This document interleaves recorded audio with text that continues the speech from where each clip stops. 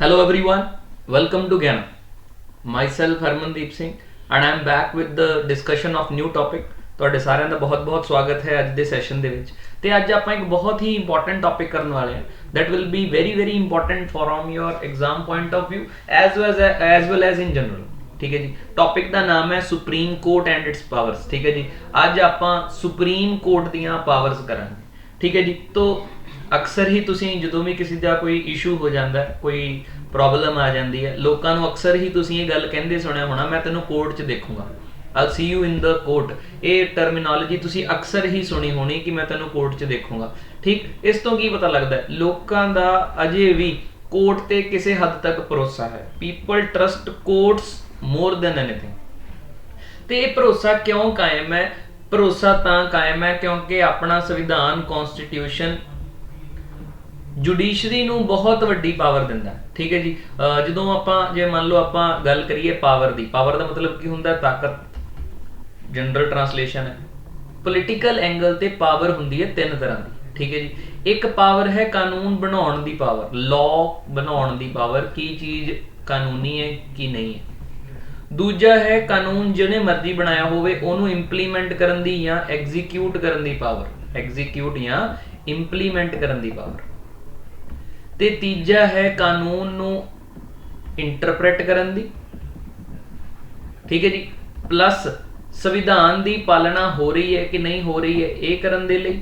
ਠੀਕ ਹੈ ਜੀ, ਤੇ ਜੇ ਪਾਲਣਾ ਨਹੀਂ ਹੋ ਰਹੀ, ਉਲੰਘਣਾ ਕੀਤੀ ਜਾ ਰਹੀ ਹੈ, ਠੀਕ, ਤਾਂ ਪਨਿਸ਼ਮੈਂਟਸ ਦੇਣ ਦੀ।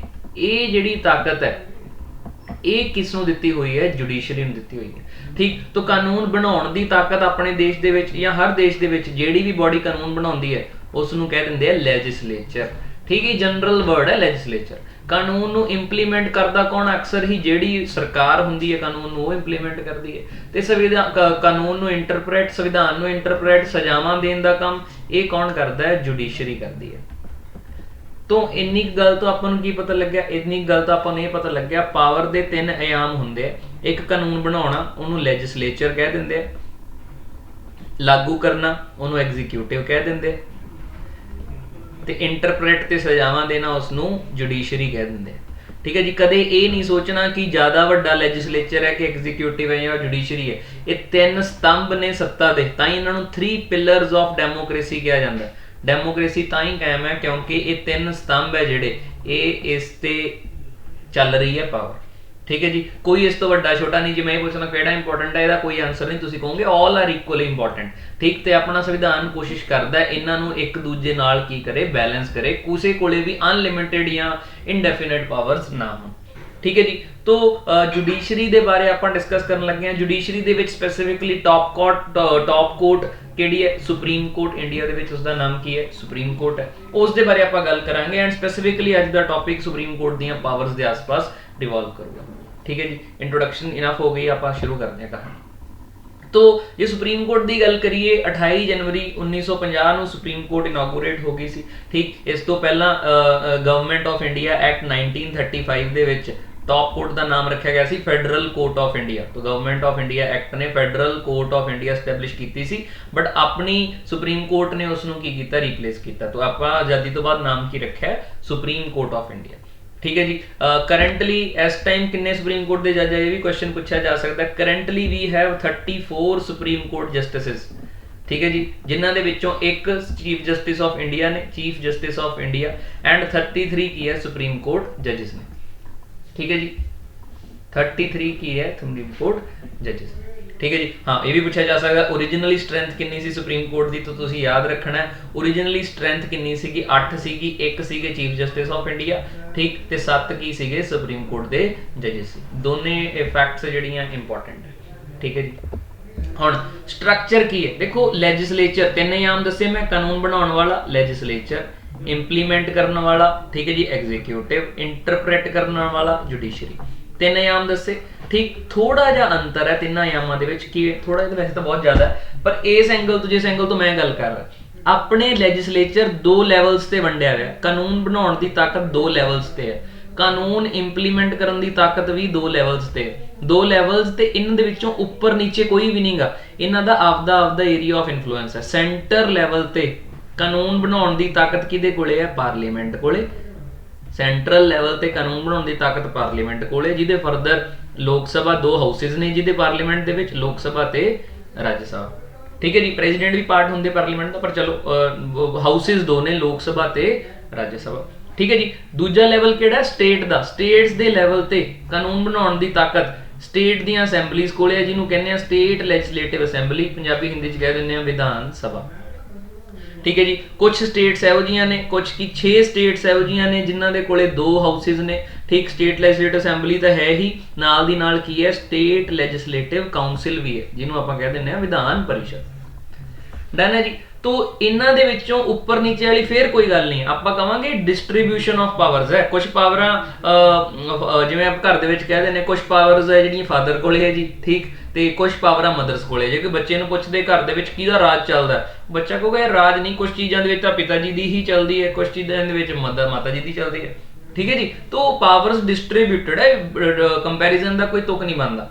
ਉਵੇਂ ਹੀ ਆਪਣੇ ਕਾਨੂੰਨ ਬਣਾਉਣ ਦੀ ਪਾਵਰ ਹੈ ਜਿਹੜੀ ਉਹ ਡਿਸਟ੍ਰੀਬਿਊਟਡ ਹੈ। ਠੀਕ ਹੈ ਜੀ, ਉੱਪਰ ਨੀਚੇ ਦੀ ਕੋਈ ਗੱਲ ਨਹੀਂ ਹੈ। ਸਿਮਿਲਰਲੀ ਸਰਕਾਰਾਂ ਵੀ ਆਈਆਂ। ਐਗਜ਼ੀਕਿਊਟ ਕੌਣ ਕਰਦਾ? ਸੈਂਟਰਲ ਲੈਵਲ ਤੇ ਸੈਂਟਰਲ ਗਵਰਨਮੈਂਟ ਕਰਦੀ ਹੈ, ਪ੍ਰਾਈਮ ਮਿਨਿਸਟਰ ਤੇ ਉਹਨਾਂ ਦੇ ਮੰਤਰੀ ਤੇ ਬਿਊਰੋਕ੍ਰੇਸੀ। ਸਟੇਟ ਲੈਵਲ ਤੇ ਸਟੇਟ ਗਵਰਨਮੈਂਟ ਕਰਦੀ ਹੈ। ਠੀਕ, ਉੱਪਰ ਨੀਚੇ ਦਾ ਕੋਈ ਸਵਾਲ ਨਹੀਂ ਪੈਦਾ ਹੁੰਦਾ। ਲੇਕਿਨ ਜੁਡੀਸ਼ਰੀ ਦੇ ਵੀ ਲੈਵਲਸ ਨੇ, ਪਰ ਇਸ ਦੇ ਵਿੱਚ ਜਿਹੜੀ ਪਾਵਰ ਹੈ ਕੰਪਲੀਟ ਸਟਰਕਚਰ ਹੈ ਕਿ ਟੌਪ ਤੇ ਕੀ ਹੋਊਗੀ? ਸੁਪਰੀਮ ਕੋਰਟ ਹੋਊਗੀ, ਉਸ ਦੇ ਅੰਡਰ ਹਾਈ ਕੋਰਟ ਹੋਊਗੀ, ਉਸ ਦੇ under district courts and subordinate courts ਹੋਣਗੇ। ਦੈਟ ਮੀਨਸ ਲੈਜਿਸਲੇਚਰ ਤੇ ਐਗਜ਼ੀਕਿਊਟਿਵ ਦੇ ਮਾਮਲੇ ਦੇ ਵਿੱਚ ਪਾਵਰਸ ਡਿਸਟ੍ਰੀਬਿਊਟਡ ਹੈ। ਜੁਡੀਸ਼ਰੀ ਦੇ ਮਾਮਲੇ ਦੇ ਵਿੱਚ ਆਪਣੇ ਕੋਲੇ ਸਿੰਗਲ ਐਂਡ ਇੰਟੀਗ੍ਰੇਟਿਡ ਜੁਡੀਸ਼ਰੀ ਹੈ।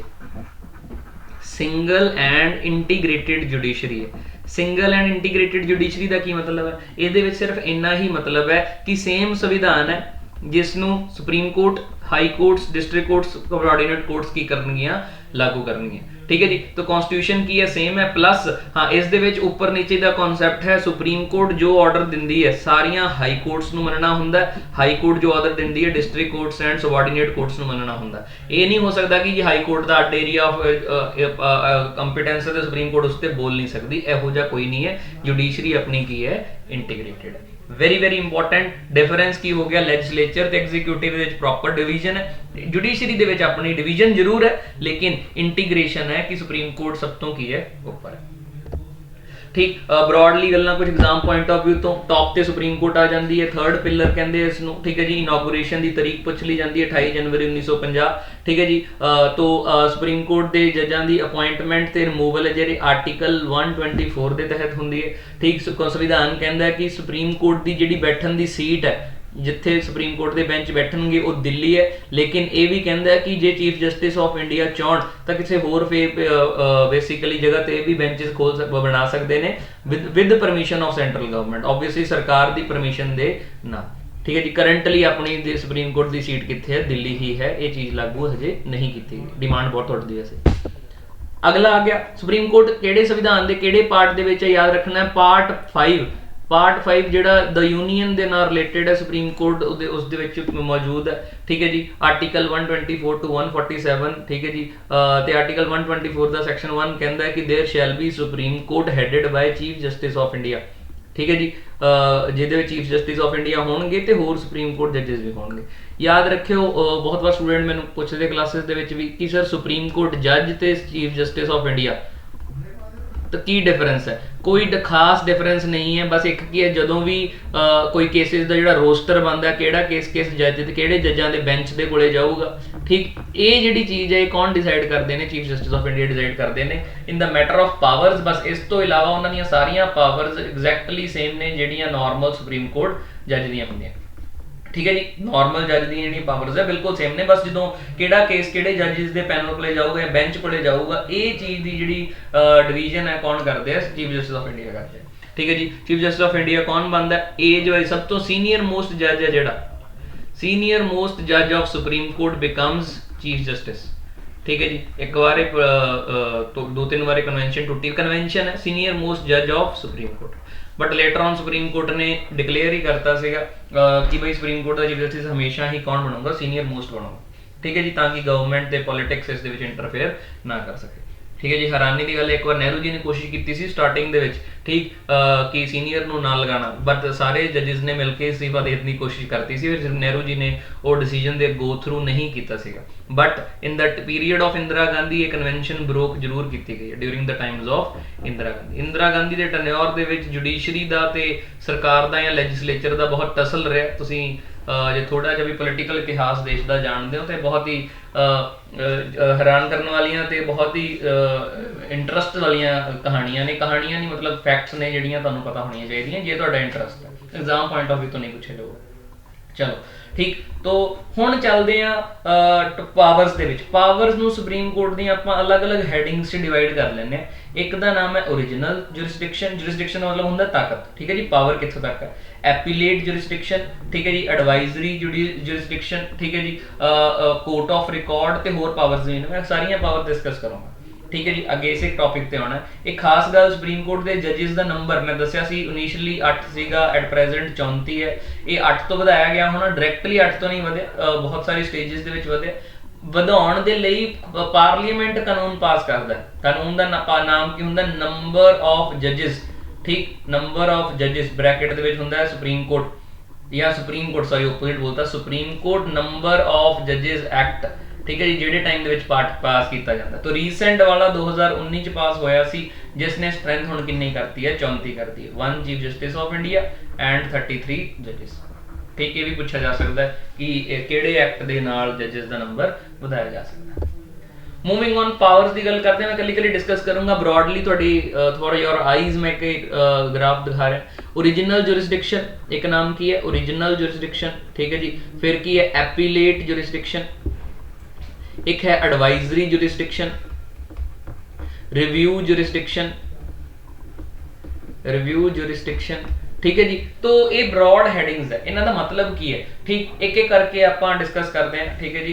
जिवें मैं इत्थे ग्राफ दे विच भी दिखाया हुआ, ठीक है जी। ओरिजिनल जुरिसडिक्शन का मतलब है जी जिन्ने भी मसले, ठीक, जिन्हां दे विच पार्टीज कौन होवे, central union government, central government या स्टेट गवर्नमेंट्स होण। हुण ऐसा एवें थोड़ा पंजाब ते मान लो सेंटर सरकार का ते पंजाब गवर्नमेंट का कोई लीगल डिस्प्यूट हो गया, ठीक है जी, तो वो हुण Punjab and Haryana high court थोड़ा जाऊगा। इहो जे सारे मसले जिहदे विच पार्टी है जिहड़ी पंजाब या सेंटर या बहुत सारियां स्टेट, पंजाब या हरियाणा, राजस्थान या पंजाब, जिहदे विच पार्टीज है जिहड़ियां स्टेट्स या सेंटर ने, वो सारे केस डायरैक्टली किहदे कोले जाणगे, सुप्रीम कोर्ट कोले जाणगे, ठीक है जी। हाँ, जेडे केसां दे विच फंडामेंटल राइट्स की वायलेशन की कहानी की गल होवे, सारे केस कित्थे जाणगे, डायरैक्टली सुप्रीम कोर्ट कोले जाणगे, ठीक है जी। एपीलेट का मतलब होंगे, एपीलेट तो बस इको वर्ड याद रखना है, अपील। जेडे मसले डायरैक्टली सुप्रीम कोर्ट को नहीं जाते हैं by through the process of appeal, appeal के रास्ते तो सुप्रीम कोर्ट तक पहुंचते हैं। एडवाइजरी जुरिसडिक्शन मतलब की हो गया, सलाह देने की पावर, ठीक। तो प्रेजिडेंट कोले पावर है कि वो सुप्रीम कोर्ट तो सलाह मांग सकते हैं, सुप्रीम कोर्ट उसको सलाह दे सकती है, इस पावर को एडवाइजरी जुरिसडिक्शन कहते हैं। मैं ब्रॉडली दस रहा, एक एक स्लाइड च आप डिटेल भी डिस्कस करेंगे। रिव्यू जुरिसडिक्शन, सुप्रीम कोर्ट जो भी जजमेंट्स दिंदी है या कानून जेडे भी बनते हैं, जेडे भी सरकार कोई नोटिफिकेशन जारी करती है, सुप्रीम कोर्ट उन्होंने कि ये संविधान के तहत सही है गलत है, इस एंगल तो उन्होंने रिव्यू कर सकती है, खुद दियां जजमेंट्स नूं भी, सरकार ते पार्लीमेंट दियां एक्शनस नूं भी कर सकती। डिस्कस करते हैं क्या करते हैं। सब तो पहला आपां डिस्कशन करांगे ओरिजिनल जुरिसडिक्शन दी, ठीक है जी। The first power that we have is original jurisdiction. जेडे भी केसेस जिन्हां दे विच पार्टीज है जिहड़ियां, जिवें मैं पहला भी दस के हटे, सेंटर या कोई एक स्टेट होवे, सेंटर या बहुत सारियां स्टेट्स होन, स्टेट 1 स्टेट 2, नाम मतलब पंजाब हरियाणा कोई भी होवे, ठीक है जी। स्टेट्स या स्टेट्स होन, पार्टीज है जिहड़ी स्टेट या स्टेट, एक स्टेट या बहुत सारियां स्टेट होन, ठीक है जी। तो किसी भी इस बेसिकली पॉसिबिलिटी के नाल जो सेंटर या स्टेट्स पार्टी होंगी केस दे विच डिस्प्यूट्स होंदे आ, तो मसला सीधा सुप्रीम कोर्ट कोले जाऊगा, ये उसकी ओरिजिनल जुरिसडिक्शन, ठीक है जी। अलॉन्ग विद दैट जेडे मसलियां दे विच फंडामेंटल राइट्स हैंपर हो जान, संविधान ने देश के सिटीजनस नूं ते इंसानां नूं, ठीक है जी, citizen as well as persons नूं आर्टिकल 12 तो लैके 35 है जेडे, उहदे विच फंडामेंटल राइट्स के बारे बहुत सारियां गल्लां लिखियां गईयां, ठीक है जी। 12 to 35 article part 3 of the constitution, जे किसी भी राइट की उलंघना होंदी है ठीक है जी, फंडामेंटल राइट दी। तो संविधान कहता है कि कोई भी वो इंसान जिस दी राइट की उलंघना होंदी है वो खुद या आपके किसी रिलेटिव के थ्रू या किसी भी थ्रू डायरैक्टली कितने अप्रोच कर सकता है, सुप्रीम कोर्ट। मतलब फंडामेंटल राइट्स एड्डी इंपॉर्टेंट चीज़ है, किसी दी फंडामेंटल राइट्स हैम्पर होने जरूरी नहीं वो डिस्ट्रिक्ट कोर्ट जाए, हाई कोर्ट जाए, फिर सुप्रीम कोर्ट तक पहुंचूगा। वो डायरैक्टली इन्हों बाईपास करके कितने जा सकता है, सुप्रीम कोर्ट जा सकता है। ठीक है जी। तो ये सारे मसले सुप्रीम कोर्ट की ओरिजिनल जुरिसडिक्शन दे विच आउंदे।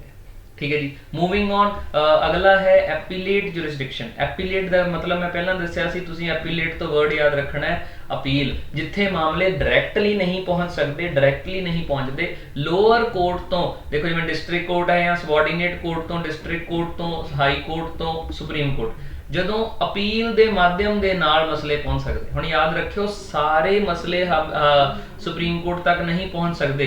ठीक, कुछ स्पैसिफिक कंडीशंस वाले मसले ही ने जिहड़े हाई कोर्ट तो अगे सुप्रीम कोर्ट पहुंच सकते। सारे मसले हाई कोर्ट तक जा सकते, इन्नी गल याद रखनी। Every case can go up to the level of high court. High court तक सारे अपीलां जा सकते, लेकिन हाई कोर्ट तो अगे कुछ कंडीशंस होंदी हैं कि बई फांसी की कोई सज़ा दी गई है या लोअर कोर्ट ने बरी किया सीगा, अपील जाई हाई कोर्ट ने फांसी की सज़ा देती या उम्र कैद देती। तो बहुत ही एक कंडीशंस ने, आपां लैक्चर डिटेल च कीता तो वह भी करांगे।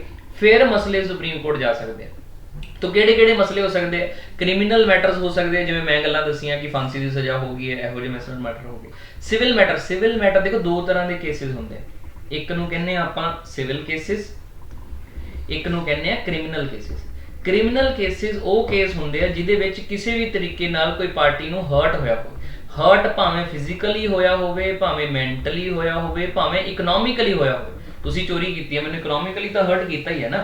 ठीक, ते जिन्हां दे विच सजावां की है, इंप्रिजनमेंट दीयां सजावां होंदियां, जिन्हां दे विच सजावां इंप्रिजनमेंट या फाइन दीयां सजावां होंदियां। ठीक है जी। अच्छा, तो क्रिमिनल केस ये हो गए। सिविल केस वो सारे मसले जिहड़े फैमिली दे नाल संबंधित ने, जिहड़े मैरिज दे नाल संबंधित ने, जिहड़े डाइवोर्स दे नाल संबंधित ने, जिहड़े अडॉप्शन दे नाल संबंधित ने। ठीक है जी। टॉर्ट्स होंदे, टॉर्ट्स ने बहुत सारे। ठीक है जी। अडॉप्शन, मैरिज, फैमिली, बेसिकली जो प्रॉपर्टी है जिहड़ी अगे जानी हुंदी है। ठीक है जी। इहो जे सारे मसले जिहड़े, ठीक, ये सारे मसले किहदे नाल संबंधित ने, बेसिकली सिविल मैटर्स कह दिंदे ने। ठीक है जी। प्रॉपर्टी अगे जानी, सक्सैशन भी कहते हैं ना प्रॉपर्टी में अगे जाना। तो ये सारे मसले है जिहड़े वो मसलियां नूं आपां सिविल मैटर्स कहने आ। दूसरे जिहड़े हर्ट कीते जांदे उन्हां नूं आपां क्रिमिनल मैटर्स कहने आ। कॉन्स्टिट्यूशनल मैटर्स जिन्हां दे विच भी संविधान दे किसी प्रोविजन दी, आर्टिकल दी इंटरप्रिटेशन की जरूरत होवे, वो मसले भी सुप्रीम कोर्ट तक जा सकते। एक इस दे विच स्पैसिफिकली मैंशन किया हुआ, तुहानूं पुछया भी जा सकता है, SLP, स्पैशल लीव पटीशन। इहदा फुल फॉर्म की है? Special leave petition. ये गल याद रखनी है, special leave petition supreme court के कोले पावर है। ये सुप्रीम कोर्ट ने खुद कहा कि असीं बहुत रेयरली यूज़ करांगे। इसका मतलब की है, कोई भी केस जिहदे विच सुप्रीम कोर्ट नूं लगदा है या कोई पटीशन लैके जांदा है कि ये मसला बहुत ही गंभीर है, देश के नाल संबंधित है। ठीक है जी। किसी भी मैटर नूं, any matter, anywhere in any court of the country, ठीक, एक्सैप्ट मिलिटरी कोर्ट्स के बिना, ठीक, सुप्रीम कोर्ट वो केस डायरैक्टली आपदे कोल लै सकदी है। बाप किहो जिहा होया जिहदे कोल इन्नी वड्डी ताकत ना होवे, supreme court has the power to take upon itself, take with itself any case that is pending या किसी ने जजमेंट दे भी दी है, सुप्रीम कोर्ट किसी भी केस नूं आपदे हद तक ले सकती है। इस पावर नूं, रेयर पावर है, सुप्रीम कोर्ट अक्सर ही डेली बेसिस से यूज़ नहीं करती। इस पावर नूं कहंदे आ SLP, आर्टिकल 136 याद रखना, बहुत इंपॉर्टेंट है। ठीक है जी। दो पावर्स हो गई। Third power is advisory jurisdiction. देखो प्रेजिडेंट है, प्रेजिडेंट ने की करना होंगे, बिल्स ते साइन करने होंगे। जो प्रेजिडेंट बिल ते साइन करते हैं उदों बाद वो बिल की बन जाता है, एक्ट बन जाता है। ठीक है जी। तो प्रेजिडेंट नूं मान लो डाउट होवे कि ये मैं जो ही साइन किया कानून एक्ट बनना है, किसी ना किसी ने इस कानून के खिलाफ कितने चला जाना, कोर्ट च चला जाना है। तो कोर्ट ने, मैनूं लगता है लीगल मुद्दों तो, संविधान की इंटरप्रिटेशन तो बाद प्रेजिडेंट नूं लग रहा है कि इन्होंने उन्होंने खारिज कर देना या इनवैलिड कह देना। इन्ने चक्कर तो पैन तो पहला क्यों ना मैं साइन करन तो पहला ही सुप्रीम कोर्ट की सलाह ले ला। ठीक है जी। या कुछ ऐसे भी मसले हो सकते हैं जिहड़े प्रेजिडेंट नूं पुछना होवे कि देश की आज़ादी तो पहलां दा कोई एग्रीमेंट, कोई ट्रीटी की इंटरप्रिटेशन का मामला, ਉਹ ਵਾਲੀ ਗੱਲ ਤੇ ਕੋਈ ਸਲਾਹ ਲੈਣੀ ਹੋਵੇ, ਠੀਕ। ਤੋ ਜਿਹੜੀ ਮਾਮਲੇ ਦੇ ਵਿੱਚ president attorney general of India ਦੇ ਥਰੂ ਸੁਪਰੀਮ ਕੋਰਟ ਤੋਂ ਸਲਾਹ ਮੰਗਦੇ, ਐਡਵਾਈਜ਼ ਮੰਗਦੇ ਆ, ਉਹਨਾਂ ਸਾਰੇ ਉਸ ਪਾਵਰ ਨੂੰ ਆਪਾਂ ਸੁਪਰੀਮ ਕੋਰਟ ਦੀ ਐਡਵਾਈਜ਼ਰੀ ਜੁਰਿਸਡਿਕਸ਼ਨ ਕਹਿੰਦੇ ਆ। ਆਰਟੀਕਲ 143 ਦੇ ਤਹਿਤ ਆਉਂਦੀ ਹੈ। ਸੁਪਰੀਮ ਕੋਰਟ ਦੇ ਲਈ ਜ਼ਰੂਰੀ ਹੁੰਦਾ ਜੇ ਪ੍ਰੀ ਕਨਸਟੀਟਿਊਸ਼ਨ ਗੱਲਾਂ ਦੇ ਉੱਤੇ ਸਲਾਹ ਮੰਗੀ ਗਈ ਹੈ ਤਾਂ ਮਸਟ ਹੈ, ਸੁਪਰੀਮ ਕੋਰਟ ਐਡਵਾਈਸ ਦਿੰਦੀ ਹੀ ਦਿੰਦੀ ਹੈ, ਠੀਕ ਹੈ ਜੀ। ਹਾਂ, ਜੇ ਉਦੋਂ ਬਾਅਦ ਦੀ ਕੋਈ ਹੋਰ ਕੋਈ ਵੀ ਮੈਟਰ ਹੈ ਤੇ ਪ੍ਰੈਜ਼ੀਡੈਂਟ ਸਲਾਹ ਮੰਗਦੇ ਆ, ਠੀਕ, ਸੁਪਰੀਮ ਕੋਰਟ ਵੀ ਬਾਉਂਡ ਨਹੀਂ ਹੈ ਓਪੀਨੀਅਨ ਦੇਣ ਦੇ ਵਿੱਚ। ਹਾਂ, ਐਂਡ ਜੇ ਕੋਈ ਸਲਾਹ ਦੇ ਵੀ ਦਿੰਦੀ ਹੈ supreme court, president is not bound to accept it. ਸਲਾਹ ਦਾ ਮਤਲਬ ਵੀ ਕੀ ਹੋਇਆ ਜੇ ਫੋਰਸ ਹੋ, ਫਿਰ ਤਾਂ ਆਰਡਰ ਹੋ ਗਿਆ ਨਾ। ਮੈਂ ਤੁਹਾਡੇ ਤੋਂ ਸਲਾਹ ਮੰਗਾ ਕਿ ਯਾਰ ਆਹ ਕਰ ਲਵਾਂ ਕਿ ਆਹ ਕਰ ਲਵਾਂ, ਤੁਸੀਂ ਕਹਿ ਦੋਗੇ ਯਾਰ ਆਹ ਵਾਲੀ ਲੈ ਲਾ, ਠੀਕ ਹੈ, ਤੇ ਮੈਂ ਉਹ ਨਾ ਲਵਾਂ, ਤੇ ਫਿਰ ਤੁਸੀਂ ਗੁੱਸਾ ਥੋੜੀ ਕਰੋਗੇ। ਮੈਂ ਕਹੂੰਗਾ ਵੀਰੇ ਸਲਾਹ ਮੰਗੀ ਸੀ, ਐਡਵਾਈਸ ਮੰਗੀ ਸੀ, ਆਰਡਰ ਥੋੜੀ ਦਿੱਤਾ ਸੀ ਤੁਸੀਂ ਕਿ ਮੈਂ ਤਾਂ ਕਹਿ ਹੀ ਦਿੱਤਾ ਇਹੀ ਗੱਲ ਹੈ। ਤਾਂ ਐਡਵਾਈਸ ਦਾ ਮਤਲਬ ਹੈ president is not bound to give the opinion, ਠੀਕ ਹੈ ਜੀ। ਤਾਂ ਸੁਪਰੀਮ ਕੋਰਟ ਬਾਉਂਡ ਹੈ ਜੇ ਕੋਈ ਪ੍ਰੀ ਕਨਸਟੀਟਿਊਸ਼ਨ ਮੈਟਰ, ਜੇ ਕੋਈ ਪ੍ਰੀ ਕਨਸਟੀਟਿਊਸ਼ਨ ਮੈਟਰ ਨਹੀਂ ਹੈ ਤਾਂ ਫਿਰ ਸੁਪਰੀਮ ਕੋਰਟ ਬਾਉਂਡ ਨਹੀਂ ਹੁੰਦੀ। ਇੱਥੇ ਜਿਹੜਾ ਲਿਖਿਆ it is bound to give opinion, it is about pre constitution matter agreement treaty, ਠੀਕ ਹੈ ਜੀ। ਲੇਟਰ ਵਾਲਾ ਤਾਂ ਫਿਰ ਸੁਪਰੀਮ ਕੋਰਟ ਵੀ ਰਿਫਿਊਜ਼ ਕਰ ਸਕਦੀ ਹੈ, ਠੀਕ ਹੈ ਜੀ। Next comes writ jurisdiction. ਮੈਂ ਪਹਿਲਾਂ ਹੀ ਸਮਝਾ ਸਕਿਆ, ਆਰਟੀਕਲ 32 ਹੈ ਜਿਹੜਾ, ਠੀਕ, ਉਹਦੇ ਵਿੱਚ ਫੰਡਾਮੈਂਟਲ ਰਾਈਟਸ ਦੇ ਵਿੱਚ ਪਾਰਟ ਹੈ ਜਿਹਦੇ 'ਚ ਬਹੁਤ ਸਾਰੀਆਂ ਰਿਟਸ ਨੇ। Writ of habeas corpus, writ of mandamus, writ of certiorari, writ of prohibition, certiorari quo warranto, ਠੀਕ। ਇਹ ਫੰਡਾਮੈਂਟਲ ਰਾਈਟਸ ਟੌਪਿਕ ਜੋ ਦੀ ਡਿਸਕਸ਼ਨ ਹੋਊਗੀ ਡਿਟੇਲ ਦੇ ਵਿੱਚ ਸਮਝਾਉਂਗਾ, ਠੀਕ। ਰਿਟ ਦਾ ਮਤਲਬ ਕੀ ਹੁੰਦਾ? ਆਰਡਰ। तो फंडामेंटल राइट्स की इनफोर्समेंट के लिए सुप्रीम कोर्ट रिट्स पास कर सकती है, जिसनों आप सुप्रीम कोर्ट की रिट जुरिसडिक्शन कहने हैं।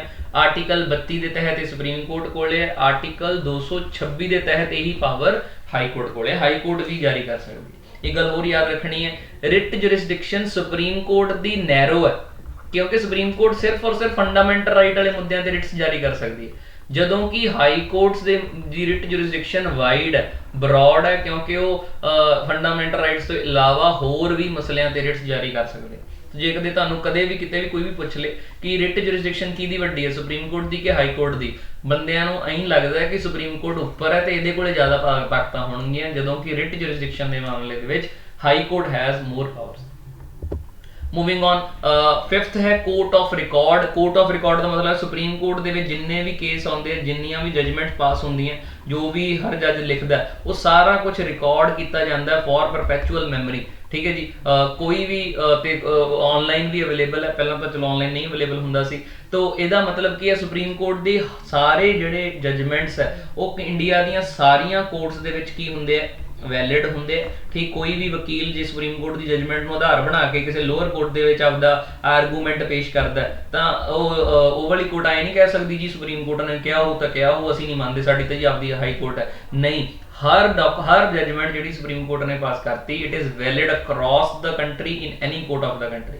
तो जे वो जजमेंट सुप्रीम कोर्ट प्लस जे कोई ऑर्डर पास करती है तो उस ऑर्डर को जो पूरा ना किया जाए, सुप्रीम कोर्ट को यह भी ताकत है कि वो कंटैंप्ट प्रोसीडिंग्स जो सुप्रीम कोर्ट के ऑर्डर की उलंघना की जाती है वो भी शुरू कर सकती है। तो इस कंटैंप्ट प्रोसीडिंग्स के तहत उस इंसान को जिन्हें सुप्रीम कोर्ट के ऑर्डर की उलंघना की है उसको पनिश भी कर सकती है। संविधान ने यह नहीं दसिया कि पावर सिर्फ सुप्रीम कोर्ट को है कि लोअर कोर्ट्स को भी है। तो बाद में सुप्रीम कोर्ट ने कहा कि सुप्रीम कोर्ट जिहड़ा संविधान है वो जो कहता कंटैंप्ट दी पावर सुप्रीम कोर्ट की सज़ा देने की ताकत है, उसका मतलब है सुप्रीम कोर्ट पूरे इंडिया के अंदर किसी कोर्ट के ऑर्डर की उलंघना ते भी सज़ा दे सकती है, ठीक है जी। ये कोई ओपन एंडेड नहीं गा कि जी लोअर कोर्ट के किसी जज ने कोई ऑर्डर दिता वो पूरा नहीं किया जा रहा तो उसको सज़ा नहीं मिलूगी, फिर भी कंटैंप्ट दी प्रोसीडिंग्स के तहत सज़ा मिल सकती है, ठीक है जी। अदर पावर्स की है, सुप्रीम कोर्ट आपदी जजमेंट को रिव्यू कर सकती है, कोई पत्थर ते लकीर नहीं है।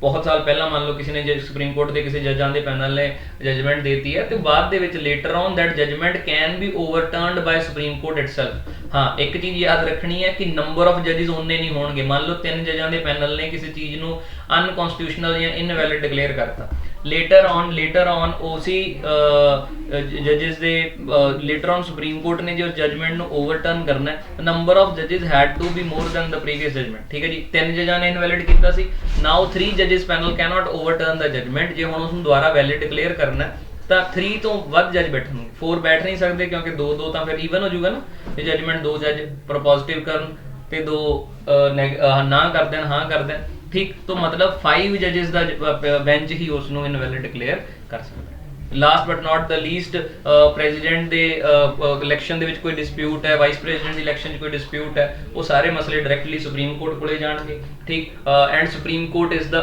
Ultimate interpreter of the constitution. Final word ਕੀ ਸੰਵਿਧਾਨ ਦੀ ਕਿਸੇ ਪ੍ਰੋਵੀਜ਼ਨ ਦਾ ਕੀ ਮਤਲਬ ਹੈ, ਉਹ ਫਾਈਨਲ ਸੇ ਕਿਹਦਾ ਹੋਊਗਾ, ਸੁਪਰੀਮ ਕੋਰਟ ਦਾ ਹੋਊਗਾ, ਨਾ ਕਿ ਕਿਸੇ ਹੋਰ ਸਰਕਾਰ ਦਾ ਜਾਂ ਪਾਰਲੀਮੈਂਟ। ਠੀਕ ਹੈ ਜੀ, ਤੋ these are all the powers of supreme court. ਮੈਨੂੰ ਉਮੀਦ ਹੈ ਤੁਹਾਨੂੰ ਪਾਵਰਸ ਚੰਗੀ ਤਰੀਕੇ ਨਾਲ ਸਮਝ ਆ ਗਈਆਂ ਹੋਣਗੀਆਂ ਤੇ ਮੈਂ ਇੱਕ ਇੱਕ ਪਾਵਰ ਨੂੰ ਤੁਹਾਨੂੰ ਗਹਿਰਾਈ ਦੇ ਨਾਲ ਸਮਝਾ ਸਕਿਆ ਹਾਂ। This is all for today. Thank you everyone. Have a good day.